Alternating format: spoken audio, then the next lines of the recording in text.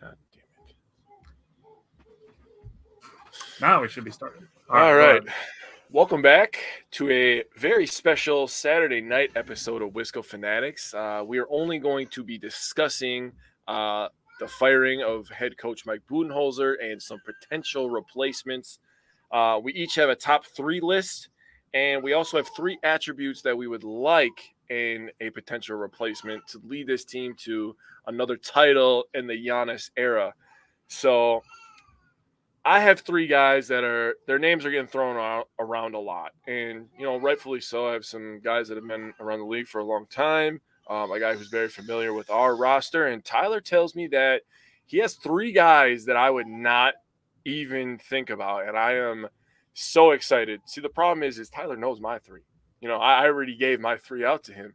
I have no idea what's on his list, so I'm going to be shocked, surprised, and probably pleased, just like everybody else who watches this. I say let's get started. Do you want me to go first? Do you want to go first? Do you want to introduce yourself? How are we doing this? A couple things that I want to do before we start throwing names out there. And first thing I want to do is read the comments of John Horst, who was asked by Jim Oswarsi from the Journal Sentinel about what they're looking for in a head coach. So I want to read those things first, just to kind of give a general idea of exactly what the Bucks are looking for. So I'm going to start with that. Then after that, I think we should do our attributes first, because that's how I, quote unquote, graded the coaching candidates that I looked at. And I looked at a lot. Now listen, before we get started, I'm going to say I may not be an expert. I'm not working for ESPN, and I'm just, running a sports show podcast. Well, these are my notes. It's a lot of notes. It's a lot of notes. That is 7 pages of notes. So again, I may not be on ESPN, but I put a lot of work into it. Yeah. So I'm going to start with John Horst quotes what they're looking for in a new coach. He was asked first thing he said was culture. He said the candidate doesn't necessarily need NBA head coaching experience or championship experience. He said they're going to, quote, evaluate all options. He did not rule out anyone from the Budenholzer or Popovich coaching tree, which would include Charles Lee, Becky Hammon, James Borrego, and more. They're going to, quote, look at a very large candidate pool. I looked at 14 coaches, potential coaches. I looked at 14, so I ended up with 7 pages of notes. I let Jake pick the 3 that he wanted, and I looked at all the other ones that I could come up with. So I looked at 14 potential options. So when John Horst says he's looking at a very wide pool, so did I. He said character matters massively, which to me rules out somebody, but I'll leave that alone. He said it's more important to make the right decision than to make a decision quickly. He said the players will have a lot of input. He said, quote, their opinion matters to me. It's something I trust and value. As you should, I think. Right. So, just real quick recap. Culture doesn't need NBA head coaching or championship experience.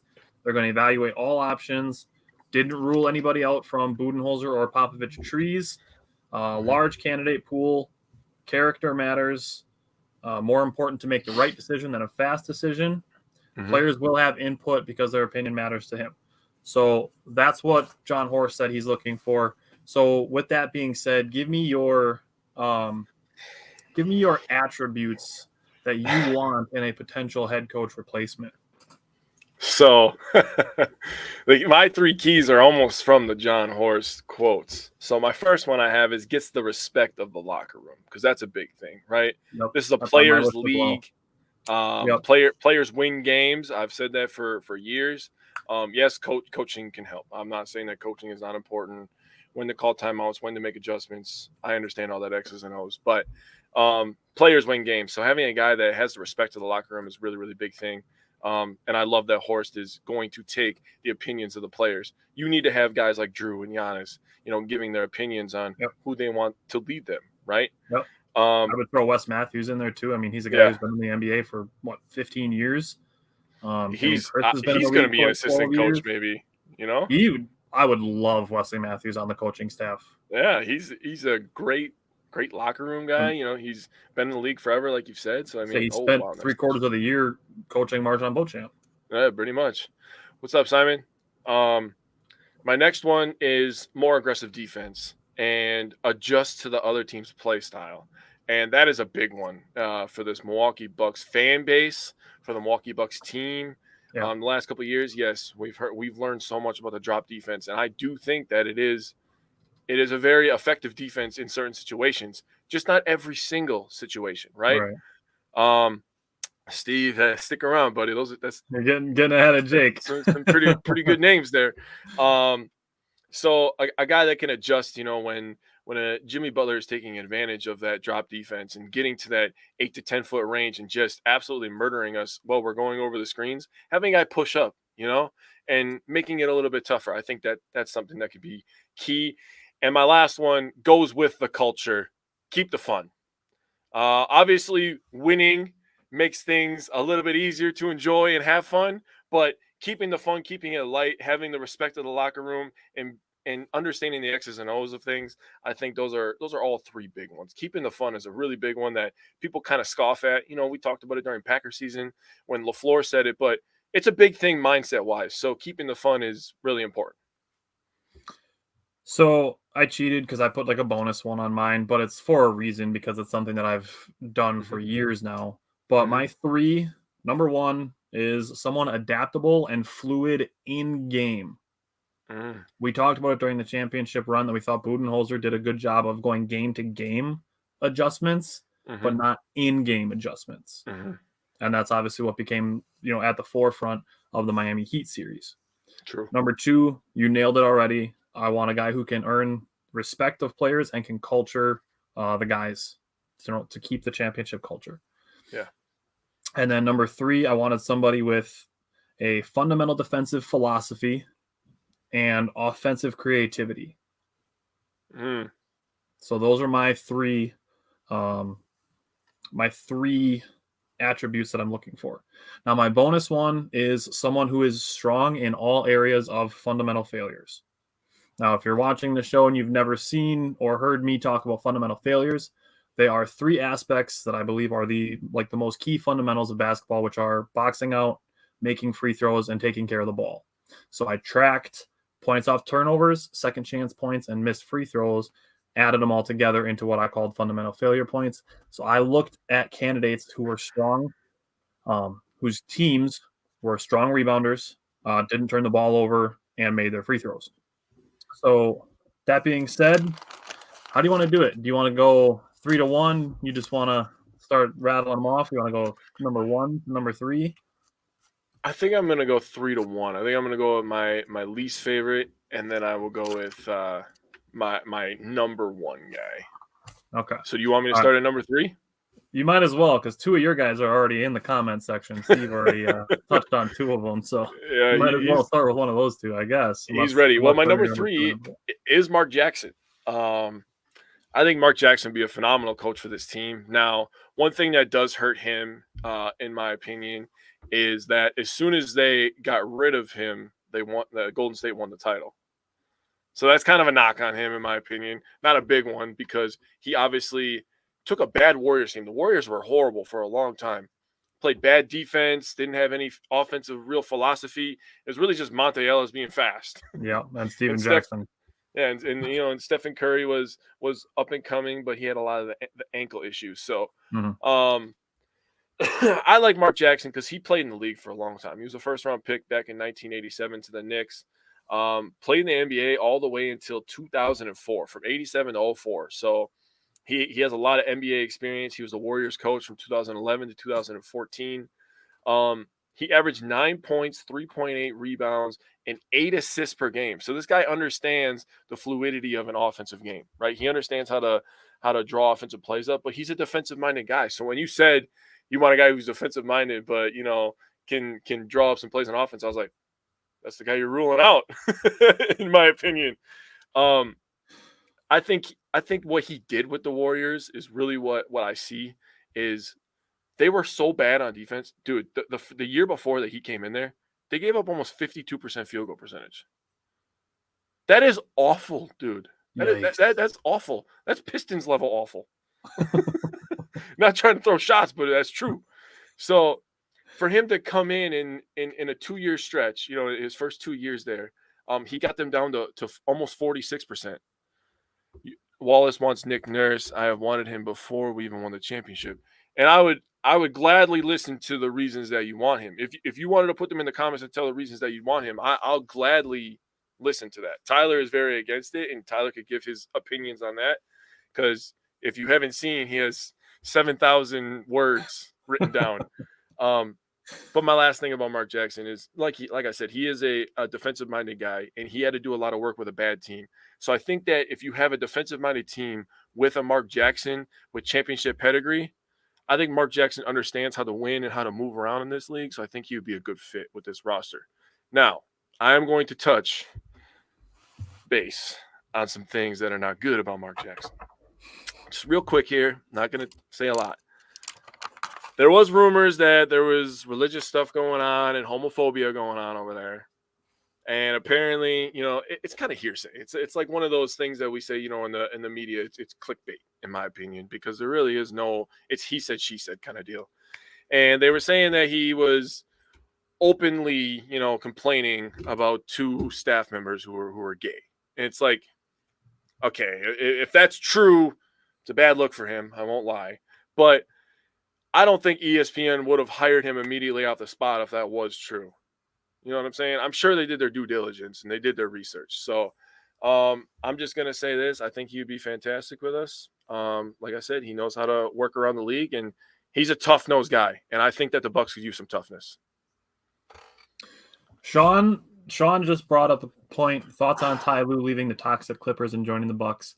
It is possible, and actually Adrian Wojnarowski just was on, I don't remember what show he was on. He was on a show, I think it was something on ESPN, and they were asking him about who replaces Budenholzer. And one of the things that he said was that there could be a candidate that is still currently coaching.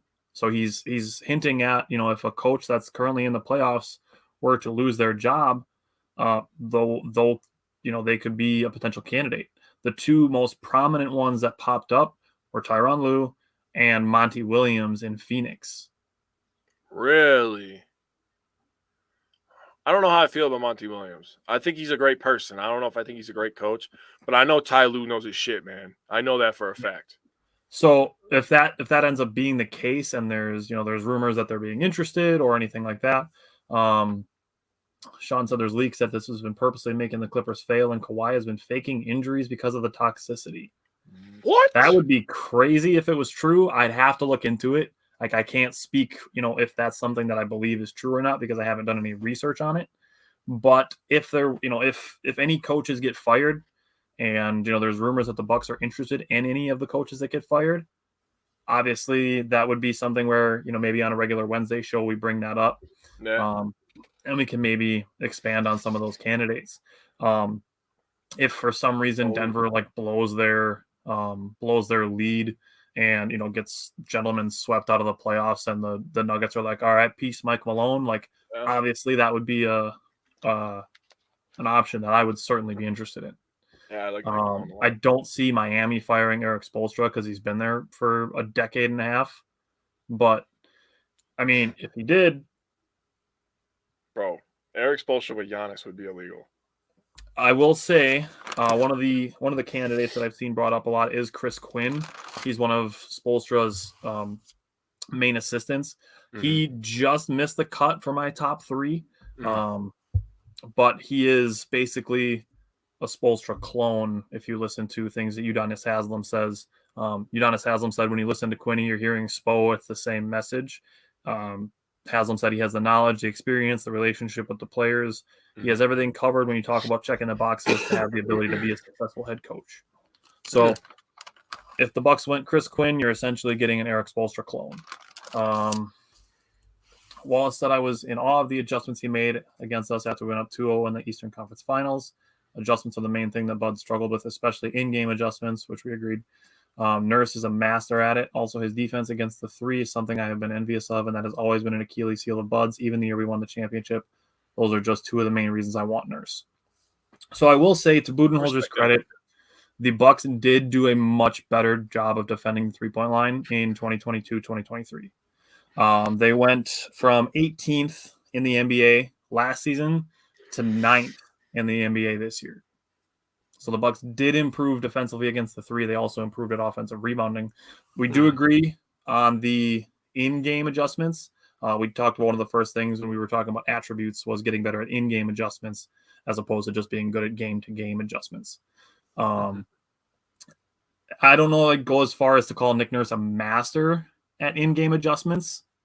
I'd say overall, I think Nick Nurse is just too similar to Budenholzer for him to be a needle mover as a head coach. And when you get to character concerns, that to me is enough to be just completely off. Yeah. Sean said, my biggest thing is we need a coach that's happy to allow youth to succeed long term. Then you definitely don't want Nick Nurse. That's one of the main complaints, even from his own team president, was that their developing young players was just not there. And if you want a guy who's going to play the young players, definitely don't want Nick Nurse because he plays his starters like 38 minutes a game in the regular season.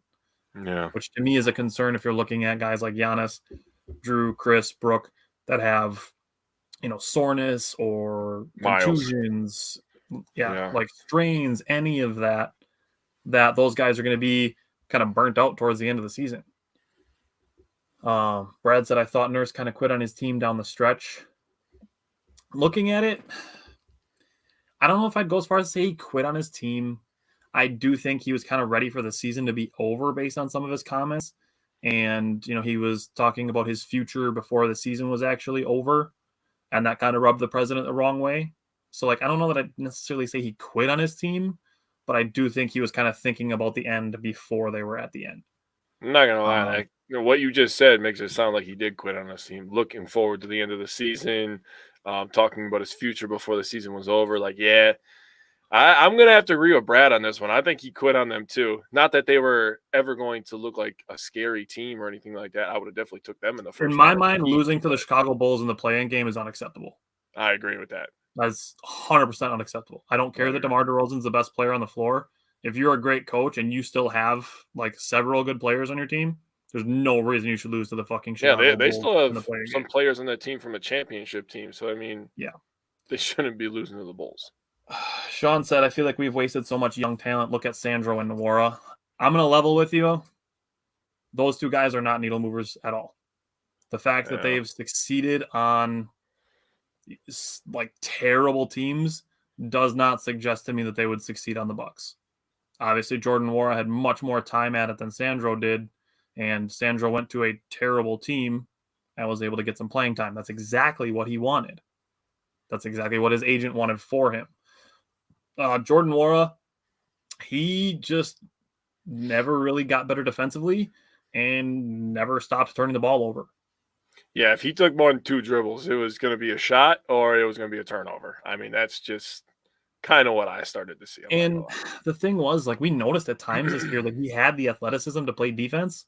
It just seemed like he didn't apply himself, to be honest. Sandro, I feel like if he had the time and development, he would have been a great backup to Giannis. I agree. I was super excited for Sandro's skill set, and I hope he succeeds with San Antonio.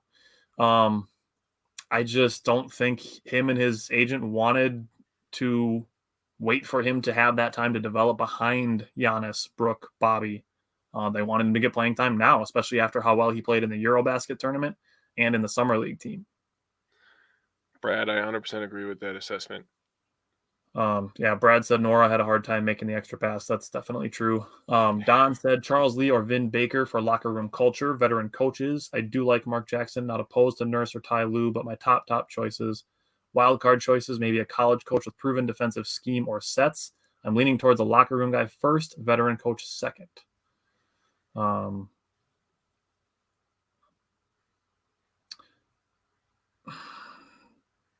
So, okay, Wallace said there's too many similarities. You said there's too many similarities between Bud and Nurse. Let's not forget we're not talking about two bums, and I would never say that. Would never say that Nurse is a bum coach. I just have concerns about him. They both did win a world championship, which they did. Bud isn't bad. It's just that Nurse is strong at the main weaknesses that Budenholzer had. And I don't know that I agree with that. I really don't. Let me ask you a question. Are the Raptors winning that title if KD doesn't get hurt? Be real. Is anybody in the association beating that Warriors team with Curry and KD before KD gets hurt? No. Nobody. Not even LeBron fucking James at his peak was beating that team. And he was going nuts, bro. You think Kawhi by himself with a young Pascal Siakam's nice now. But back then he wasn't the same Siakam that he is in 23. That nobody was beating that Warriors team, bro. Let's be real. Nick Nurse would be with 0 rings without injuries. Now, people could say that about the Bucks too, because Jeff Teague was just on a podcast. Oh, the Bucks did not think that the Nets were going to win. You're not in the NBA playoffs thinking that you're going to lose. That's not the mindset that you adapt yourself to, okay? That's trash. You're probably just mad that you didn't get more playing time because you came over. You thought your buddy Bud was going to give you more PT. It is what it is, okay? But the Bucks had just as good of a chance to beat the Nets as they did beating us. The Bucks were fucking good too. The Bucks are not some bums fantastic. Either. It was stressful, but it was fantastic. Yeah, but nobody beating that Warriors team. That's just – I'm just going to leave that like that. That's all I'm saying. If we're looking at Budenholzer's main, I guess I'll say issues or weaknesses, one of the main complaints that I always saw was developing young talent, something that Nick Nurse does not succeed at. In-game adjustments, I'll give it to you. I'll give you that one. I don't necessarily agree or disagree, but I'll give you that one for the sake of the argument. Okay. And the other one being half-court offense. And that is something that Nick Nurse has struggled with. So I that's why offensive creativity is one of my attributes that I'm looking for in a new coach. I'm going to respond. Luck and injuries are two different things. He literally blew out his Achilles. Comparing it to his toe being on the line because he wears a size 74. I can't help that his feet are long, okay? I know you can't help that he got hurt, but an injury, that's like a freak accident. Him stepping on the line, that's him not understanding where he was on the court. That happens 2 or 3 times a game. Yeah, so those are two completely different things. I think that him stepping on the line was luck. I think him getting injured was a freak accident. Brad said Nurse reminds me of a one-hit wonder, and his resume is basically the same as Budenholzer's, just shorter. They both have 1 ring. They both have 1 Coach of the Year award, and they both have been fired within 3 years of winning a championship. Sorry, 4 years of winning a championship. True. One quick detour. Sean said thoughts on Middleton. I think he needs to move on and allow the team to improve. I'm going to go, this might sound like a hot take, but I'm going to say Chris Middleton was our best player in the Heat series. I don't agree, but I don't know how I feel. Would you agree that if you don't think he's the best, that he was second best? Yeah, because Drew wasn't very consistent. And Brooke, he had some dominant games because of play calling and stuff. But and that's something that Bud messed up on, was going away from that pick and roll. We've talked about that, right, with Giannis. But I don't know. I would say, to answer this question, I think I could live with both sides. I can live with him coming back because I know what I'm getting. And if he doesn't come back, there's the extra money that we're going to get. Maybe we could fill up the roster with a couple extra veterans and maybe get an extra ball handler to help out Giannis and Drew. But I'm good with either, really. If he stays, then, like I said, I know what we're getting. Right. And this is going to be interesting because what's going to happen is there's obviously Chris Middleton as a player option. So if he chooses to opt in or out, whether that happens before the coach happens will be very, very interesting. Because there are some coach candidates that I researched that their succeeding depends on their personnel. So if Chris Middleton opts out of his player option to become a unrestricted free agent before the Bucks make their coaching hire, I think that gives the Bucks just a little bit extra opportunity to help construct the roster to help whoever ends up being the new coach. Mm-hmm. So I guess, in my opinion, I'm fine. Like, I agree with Jake. I'm fine with either way, Mm-hmm. but I'd kind of like to have it resolved before the head coach situation is resolved. I agree. All right. You ready for what I would describe as probably dark horse candidates for the head coaching position? Yeah, give me your first one, buddy. Give me your You first ready one. for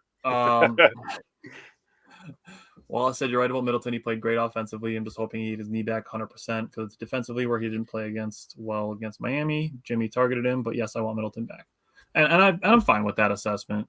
I am too. I feel like for that contract value, we can get somebody better than Middleton.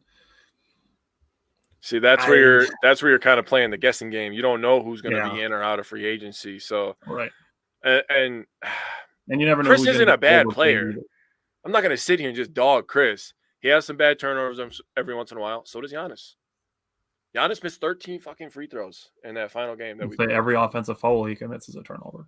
Yeah, I mean, Giannis has bad plays too. We just don't give him as much crap because he makes a lot of really, really good plays. Chris does too. I kind of got on him a little bit in the one Toronto game, but right, that's one example.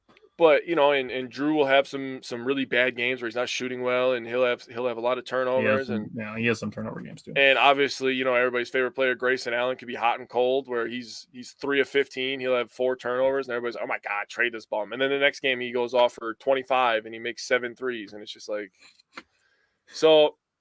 Chris is not a bad player. He actually is a very, very smart player. I believe that he is our vocal leader on the court. That might sound crazy to some people, but Giannis is more of like a establish himself with his game, and Drew doesn't talk very much. So I was kind of thrown off seeing Drew talk shit with Jimmy. I was like, whoa, okay.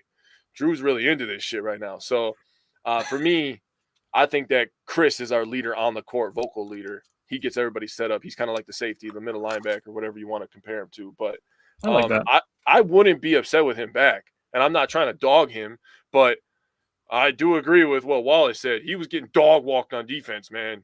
It was bad. And the thing is you look at the team plus minus for the Miami series. Chris was actually a team high plus 2.6. Yeah. And I know it's not everything, and there's like way more metrics we can look at, but I'm just saying. I'm going to address 2 Cody comments. First one, he said, what are the possibility we hire Brook Lopez's back surgeon as the head coach?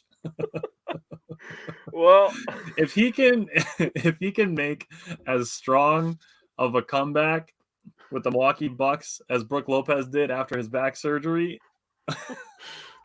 the Bucks are gonna just run off 7 championships in a row. As for your other one, Becky Hammon, she was on my list of candidates that I researched. She did just miss the cut of being in my top 3. She'd probably be somewhere like 5 or 6 options for me. But my main takeaways from Becky Hammon were reading that in her previous head coaching interviews, the Spurs were not as complimentary about her in the day-to-day aspects of the league, whether that be load managing, structuring practices, anything like that. So for me with Becky Hammon, she's not a bad candidate, but she would likely need another person off of the list that I have to be on her staff to help her get through an 82-game NBA season as a head coach. Yeah, so she would need like a A+ assistant to help her with some of that stuff. Okay. Which I'm not ruling out as a possibility. It's just trying to hire 2 coaches at the same time instead of 1 ultimately isn't what I'm looking for. Usually the coaches that have like those kind of people are like a Doc Rivers, he has a Sam Cassell. Sam Cassell's like an A+ assistant too. Right. Like a name that I would throw out there would be like Scott Brooks. Yeah. He's been an assistant and a head coach. Yep. Dave Yeager has been both. Yep. Jerry Stackhouse, I think, would be a better head coach. Jerry Stackhouse would probably be my number 4 option. I like Jerry. Jerry'd be an interesting hire. James Borrego has the San Antonio connection. That would actually be an interesting pairing with Becky Hammon. But ultimately, she's not on my list. Wallace said maybe the new coach will actually run an offense and set screens for Middleton and stop making him have to go one-on-one for his great shot, especially with his knees not 100%. I agree with that. And I also want to see more Giannis and Chris pick and roll because it's unstoppable. See, I was going to say, to counter that. I love the Giannis Chris pick and roll, and I agree with you. It's our best option. But the reason that Chris ends up one-on-one all the time is because we do run the pick and roll with him and Giannis. Yeah. So then he ends up getting that switch. Where if you run a pick and roll with Drew and Giannis, and Drew is perfectly capable of running the pick and roll, and you have Chris coming off, a screen, back door or something like that, like he could get wide open and that could work. This transitions perfectly into my first candidate. My first candidate, some people might not even recognize the name. Probably won't until I tell you who he is. Sergio Scariolo. All right, scoliosis. Let me hear about you. He is the Spain national team coach. He has been that since the late 2000s. He's been the head coach of the Spain teams that gave the U.S. runs for their money in the Olympics. He's also won the Eurobasket championship 4 times. And here we go. Pick and roll, Wallace, you're going to like this. He runs a layer of concepts offensively, all variations on a type of pick and roll system that he designed called the Spanish pick and roll. Now, basically what this is you start with a 5-man setting a screen for your point guard. And then you have a 2-guard starting on the block, setting an up screen for the 5-man. So it's a screen-the-screener action. Mm-hmm. And then you're looking to either get a roll from the 5-man and basically get a wide open alley-oop, which with Giannis on our team sounds amazing. Yeah, right. You're looking at the 2-man. If his guy drops back to guard that big man, you're looking at a wide open shot from the top of the key. And then you have 2 shooters on the outside on the wings. Now, Mike D'Antoni's Houston Rockets ran this when James Harden won his MVP. They ran this with such crazy efficiency. Like with James Harden, Eric Gordon, they ran it with Ryan Anderson. They ran it with Nene. Like he had like a career resurgence running this type of offense. It can basically be run with any personnel. Really? Huh. So when we're talking offensive creativity, Sergio Scariolo got like an A+ with 4 exclamation marks for me. Okay. So I'm starting to see Chris wide open for 3 a lot. Oh man, dude. And this is you can get Pat open, you can get Grayson open, you can have those guys out on the wings. I mean, if Jay Crowder's willing to come back, you can use him as that 5-man. Oh. Yeah. Dude, or you run Giannis as that 5-man, you have him roll to the basket, getting a down screen or an up screen from a small guy. Dude, there's so many. He's got like 10 variations of this. Wallace is getting to my next thing, who he coaches for now. He's actually been coaching since 1989. So he's an idea of, if you're looking at a win now coach, because he is 61 years old. Oh, shit. So if you're looking at a guy who's going to coach you for 3-4 years, this might be the guy. So he was in Europe from 1989 until 2018. Then he became part of Nick Nurse's staff from 2018 to 2021. So he was part of their staff when they won the championship. So if you like Nick Nurse, an alternative might be Sergio Scariolo, his former assistant. I think you just got Wallace on board. He is back in Spain now. To answer your question, Wallace, Don asked, is he a leader? Okay. So I'm gonna read you this. This is from last summer's Eurobasket tournament. Emmett Ryan of ballineurope.com wrote, "I never gave Spain a chance. Spain would not only go on to win the whole tournament, but do so while innovating repeatedly." That innovating repeatedly stood out to me because that means they're making adjustments. Now, there were several games in the 2022 Eurobasket tournament where adjustments were mentioned. The massive adjustments that he made against France in the championship of the Eurobasket tournament, every time France was mounting a comeback, he would change make the adjustments to change it. He was, in his 3 years of assistant in Toronto, he was described as a sponge, basically just looking for more ways to innovate his offense.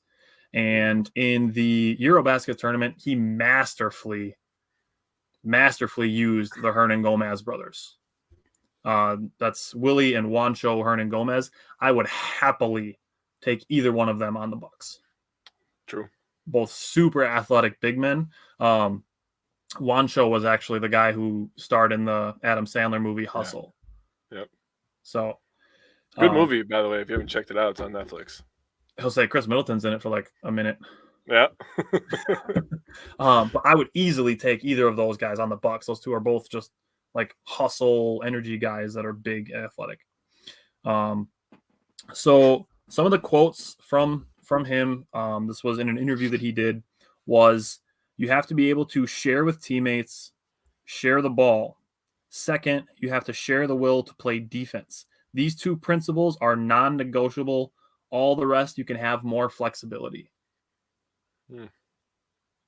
Okay. So for me, I mean, outside of not having NBA head coaching experience, he's coached NBA players.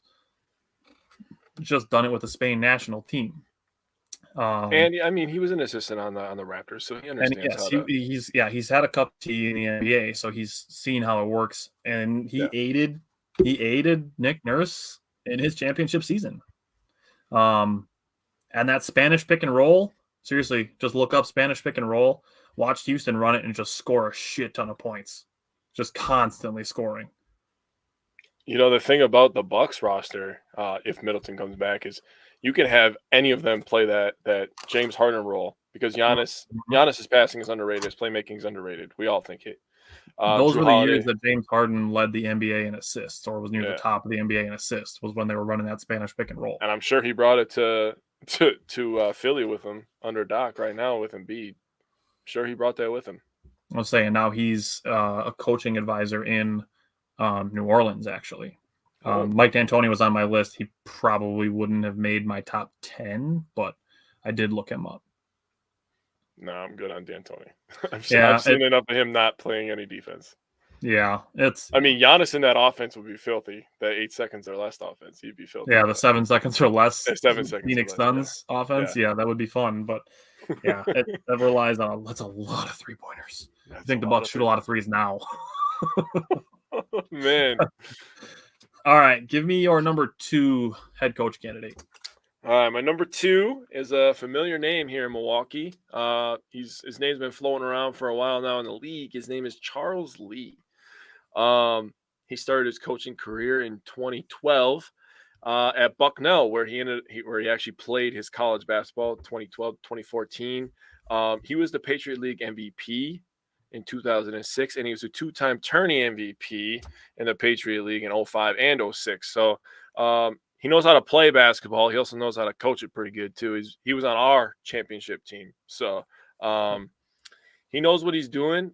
He got into the NBA in 2014, between 2018 under Bud with the Hawks. So he's been in Coach Bud's system for a while. Obviously, he came over to Milwaukee in 2018. And the thing that I really, really like about Charles Lee is that he's only 38. And, you know, you show I was glad that you said Sergio's name, because I was like, that's one of the reasons I like Charles is he's young. So he can kind of establish himself in Milwaukee. And I think that he would have a higher emphasis on coaching up the young players because he's going to want to, you know, stretch out his tenure as long as possible as well. Longevity. So, yeah, longevity, that's the word. That thing was not coming out of my mouth, man. But he knows the Bucks roster. So that's one thing that is a major key for him. He knows the owners. He knows Giannis. And I think he's a guy that immediately off my attributes would get the respect of the locker room. He understands the culture because he's been in it. He helped create it, really.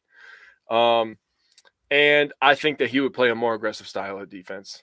I'm not sure who's the one that really, you know, calls the shots on Brook playing that, but I think that he would really make an emphasis to get another athletic big off the bench. I think that's been a problem for the Bucks for a few years here. Get a more athletic 5-man off the bench. So, like, if Brook gets tired, you come in, you switch the defensive scheme, and you push up on people. I'm not going to give my thoughts on the game. I said I'm not going to do that until we do free agency. It's just sitting right there. I'm just waiting to talk about it. I do think that Charles Lee would be fantastic. And he has interviewed for the Pistons and the Raptors job, I believe, right, this offseason. So, and he interviewed for I think he interviewed for the New Orleans job last year. Yeah, I think And that's I what it want to was. say he interviewed for Washington because I know Darvin Ham interviewed for the Washington job as well. I didn't see Charles Lee for Washington, but I know Darvin Ham interviewed for Washington. But I yeah, think I know for sure. Charles Lee might have interviewed for the Atlanta interim position before they hired Quinn Snyder. Damn, this year I I didn't see that. Wow. Okay. I really thought so. He's a hot commodity, man. He's young, he's up and coming. He's gonna be the guy pretty damn soon here for somebody, and I would really hate for the Bucks to lose him. Um, I think that there's a combination of a couple things going on. One, the Bucks saw that Bud system wasn't working anymore, and they don't want to waste Giannis's legacy, right? Don't want to waste his prime. And by the way, his prime just started. For all the Right. people that are like, we're wasting Giannis's prime, it just started. Okay, Mm-hmm. they say NBA prime starts at 28. He's literally 28. Two, I think that maybe they fired Bud as the scapegoat. You know, blame everything on him, not blame anything on injuries or anything like that. And three, I think maybe they see how popular Charles Lee's name's getting and they don't want to lose him. So maybe they got rid of Bud and they want to keep in-house Charles Lee and just promote him. I don't know how you feel about that, but Charles Lee interviewed for Charlotte's job last year. Charlotte, okay. Yes. The Lakers requested permission to interview him before they hired Darvin Ham. Oh my God. New Orleans did interview him for their assistant job last year as well. Okay. So he's interviewed for a ton of head coaching jobs in the last 2 years. Yeah. And I said this to you when you picked Charles Lee. He's going to be a head coach in 2023. Yeah, I think so too. Whether it's with the Bucks or not remains to be seen. Mm-hmm. But I do think he's a candidate for the job and potentially a deserving one. So, all right, you ready for my number 2? This is going to be a name you might recognize the last name. Okay. And I'll give you a crisp high five if you recognize where it's from. But my number 2 is Jay Larranaga. Is that his son? His dad, actually. Oh, really? Okay. I'm with it. Yeah, I got you. Any bells? You know where his dad coaches? Miami, right? Yeah, good job. Crisp high five when I see you. May 22nd. American Family Field. Yes. So Jay Larranaga is my number 2 coaching candidate. He's been an 11-year assistant. He spent 9 years with Boston, and he's been with the Clippers for the last 2. He did interview for the New York Knicks head coaching job before Tom Thibodeau got it. As a G League head coach, he had a 60-40 record. He blends offensive creativity and defensive prowess. So that stood out to me with Jay Larranaga. He's shown attention to detail at each step of his career. So this is a quote from him, and this makes me want him on the Bucks, provided the Bucks can find a way to get younger, at least a little bit. The best half-court offense in the league last year was not as good as the least efficient transition offense. Jesus. Super high importance on running the fast break through all 4 quarters. That's a super important sticking point with Larranaga. And he brought this up when talking about the old San Antonio Spurs team. The dynasty basically that they had built was they didn't change their pace through 4 quarters. They kept the same pace all 4 quarters, and by the time the 4th quarter rolled around, when their opponent was out of gas, San Antonio just kept going. Yeah. And they won a shit ton of championships by doing it. They won 5 of them damn things. So what he said was you play at a pace where you can take advantage of opponent mistakes. He also saw great value in transition defense. That's something the Bucks have struggled with at times. It's transition defense. It hurt them in the Miami series very recently. Yeah. So for him to put an emphasis on that was important to me. He preaches multiple efforts on both ends and holding guys accountable to play their best. He did an interview with all right, give me a second to make sure I pronounce this right. Noah Kageyama. This guy's a doctor. He runs a performance podcast, basically. Now, what he said on this podcast was that winning habits lead to success in the NBA. You know who else talks about building good habits all the time? Giannis. All the time. Giannis talks about building good habits all the time. Literally his favorite quote. Damn near every interview Giannis does, he talks about building good habits. True. Jay Larranaga is the same way. Now, this was a performance thing, and this stood out just kind of because of the way that we do the show as far as mindset things go. But in his playing career, he changed his mindset from worrying about missing shots to having the opportunity to make plays. I just like that mindset aspect of it. So in his 11 years, he's helped coach teams that play good offense and good defense. They rebound well, decent at controlling the turnovers, shoot free throws well. He's been parts of good cultures. Clippers a little bit questionable as of late, but obviously Boston's got a very, very strong culture going. True. And he's adaptable. So Jay Larranaga is my number 2. That was a good choice. See, so after me and Tyler do rankings, I always look up his guys, and then I do research on his guys as well. Both of your 2s make sense. I like them both. Thank you very much. I appreciate you appreciating our hard work. So I'm going to go to my number 1 guy, and for me, this feels like a no-brainer if he's available. I'm not going to lie to you. It feels like a no-brainer. His name is Sam Cassell. He played in Milwaukee. We all remember him. I was going to go over a little bit of his playing career real quick. I looked into their playing careers because I think that's important to translate. And it's not always important, but, when you have a guy like Sam Cassell, and some people forget, Sam Cassell was a goddamn bucket, dude. Like, he was a good player for a long time. He was really good in Houston, actually, before he even got to Milwaukee. Yeah. He played in the NBA from 93 to 2009. So pretty good chunk of our lives when we first got started. He won 3 total titles, 2 with the Rockets when they won with Olajuwon. And then he got 1 with Boston when they got their 1 in 08. He helped the Milwaukee Bucks in 2001 make the conference finals. And he helped the Minnesota Timberwolves in 2004 make the conference finals. Their only time they made the conference championship in their history.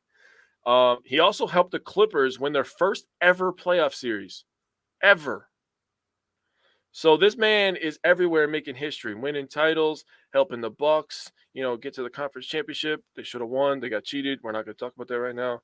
So it sounds like he's been with Doc Rivers for a long time. Yeah, man. He has. Basically since 2008 as a player, and then with the Clippers as an assistant, and now in Philadelphia as an assistant. Well, he started coaching with the Wizards in 2009 to 2014. And John Wall was quoted. He credited Cassell for helping him develop leadership and to become one of the premier point guards in the NBA before he had injuries. John Wall gave all credit to Sam Cassell. I like it. I like that too. So obviously when he got there in 2009, they drafted John Wall in 2010. So right away he got started on John Wall's leadership and just grinding him and making him into the star that he was. Sad the fall off that John Wall had when I started. I know. He was so fun to watch. He was like, when we were in high school, bro, he was like the first guy that had a chance to be a superstar when we were those young teenage kids. Like the John Wall, I remember. Awesome. Calipari days when they first got started in Kentucky. He was dunking on everybody in his first couple of years in the NBA. Him and DeMarcus Cousins were a problem, man. That was nuts.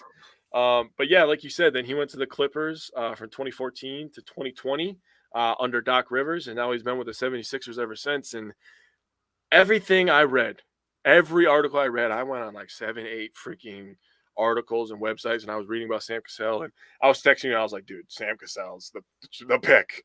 He's the guy. Everybody's saying that he's overdue for a head coaching job. He should have had a head coaching job years ago. People are saying he's the best assistant in the league. These are guys that float around the NBA, so I'm just going to trust their opinion and just run with it. So a guy that averaged 15 points, 3 rebounds, and 6 assists, and like I said, he knows how to fucking win. And if we're in win now mode, I'm on board. So I'm going to contest your point about being the best assistant in the league because my number 1 guy is also a current assistant. Oh. And I want to reference a couple sentences that were written on a site called Basketball Index, and I really like this sentence or these couple sentences. Thank you. And I'm not gonna lie, it affected my opinion a little bit. It didn't turn me off of any of the guys that I ultimately went with, but what Basketball Index said was the pool of retreads is full of coaches for a reason. Mm-hmm. There's a relative scarcity of strong NBA coaches. You can't just shuffle chairs forever. That's fair. So that, in my mind, kind of turned me off of Nick Nurse a little more. Frank Vogel, Mike D'Antoni. It turned me off of some of those guys that have done it and then kind of fizzled out. Mm-hmm. I'm looking for a guy who kind of, maybe even taps into the analytics a little bit. Mm-hmm. I'm looking for a guy who's going to kind of innovate as the league continues to grow and change. That's why I brought up being adaptable. True. That being said, my number one guy has some very strong endorsements. And I'm just going to take a drink of my Powerade for dramatic effect. Oh, boy.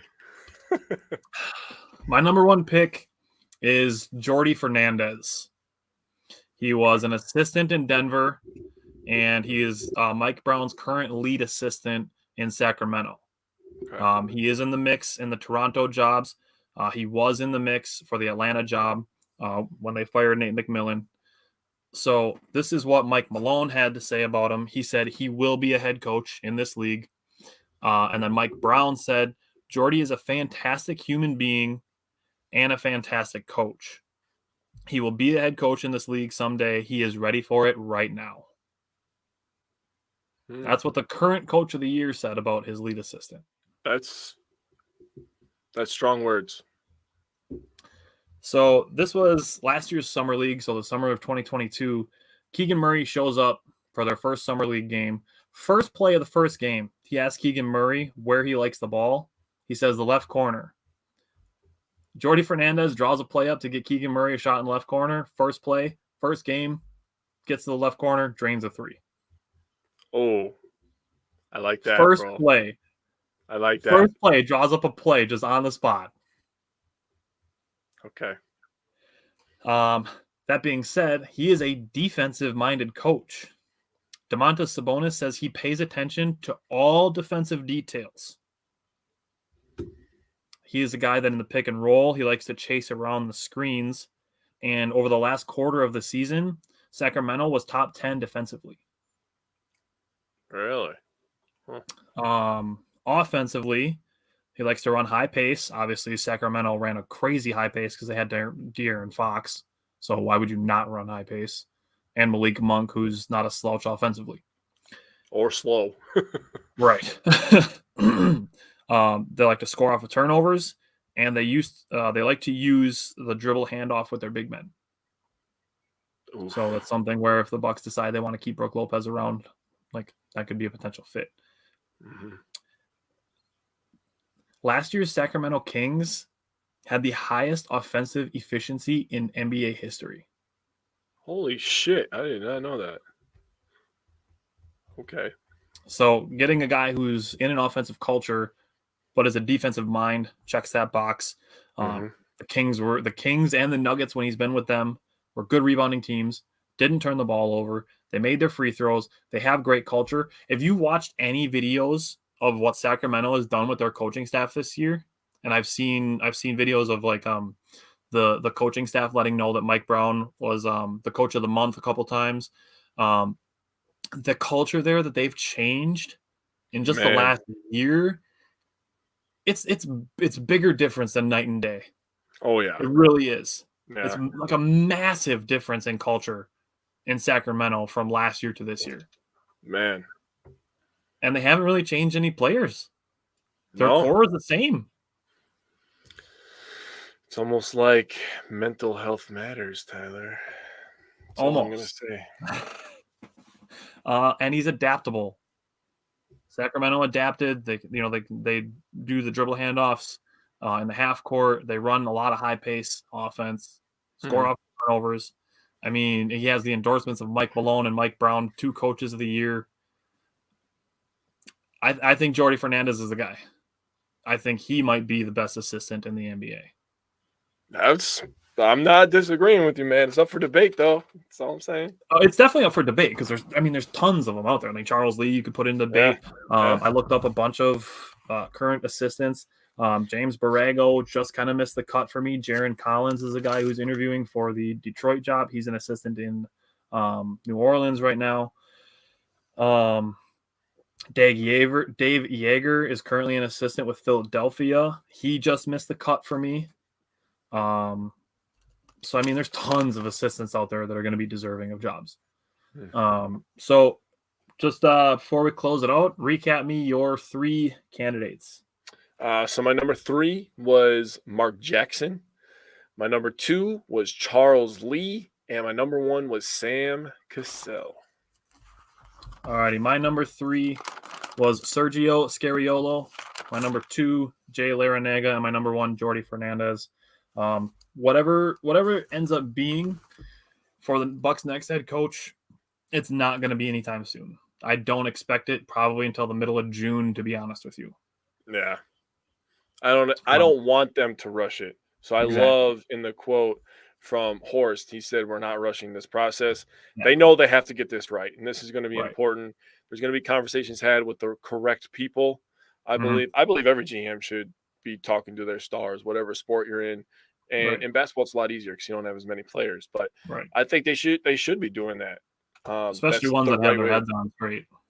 Like the guys I would say we have. I mean, we have a couple of those on our roster, I would say. Yeah. It's an important summer for the Bucks. It really is. All right. Well, I appreciate your insight. I think you had some good candidates there. I appreciate people throwing comments in here and watching with us. Definitely going to be, like you said, definitely going to be an interesting next month and a half or so, because I do think they're going to want to get the head coaching replacement in before free agency starts. So yeah. Real quick, I like seeing some new faces, some new names in the comments.